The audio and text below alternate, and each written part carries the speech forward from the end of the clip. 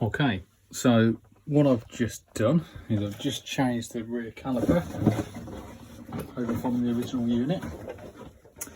So this is the original unit.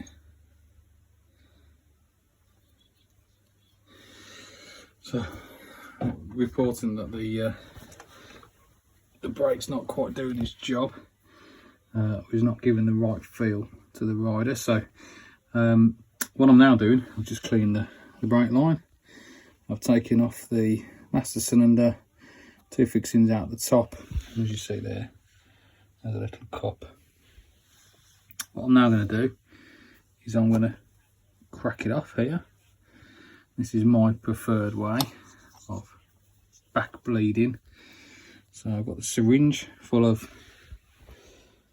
.4 brake fluid. I usually use butylene. What I'm going to slowly do now is I'm going to fill the caliper up with fluid. So just keeping a nice gentle pressure. And you can see already how mucky that fluid is. That's the air that's coming out, that's lovely.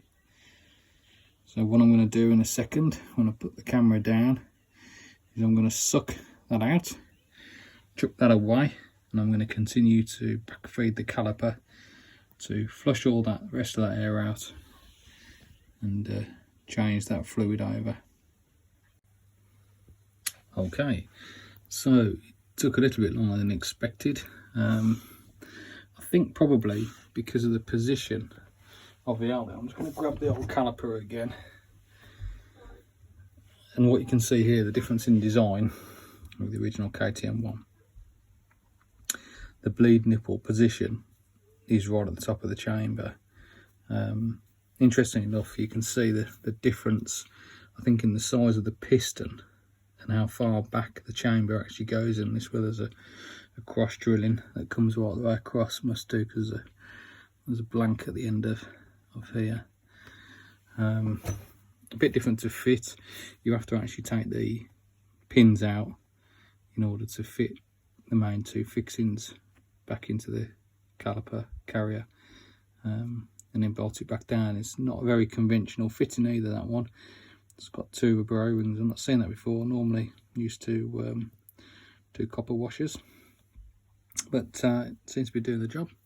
Nice and dry. I'm just going to give it a quick clean off with some brake cleaner. Moving back here, obviously removed all the dirty fluid. I purged it first this direction, and then I purged it back again, and kept passing the fluid backwards and forwards between the caliper and the master cylinder, and that was the only way I could actually extract the final bits of air out.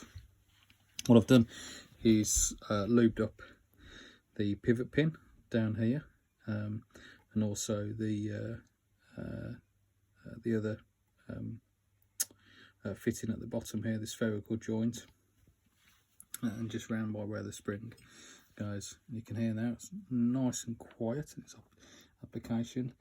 It's not an awful lot of movement from not on. You can see that's just the normal play in the master cylinder before it starts to push the piston. That's your free play, and then you probably got something like 10 mil before that brake is hard on. So yeah, much more, by the looks of it, much more positive feeling, but might just take a little bit more getting used to. I think you'll step on it and lock the rear.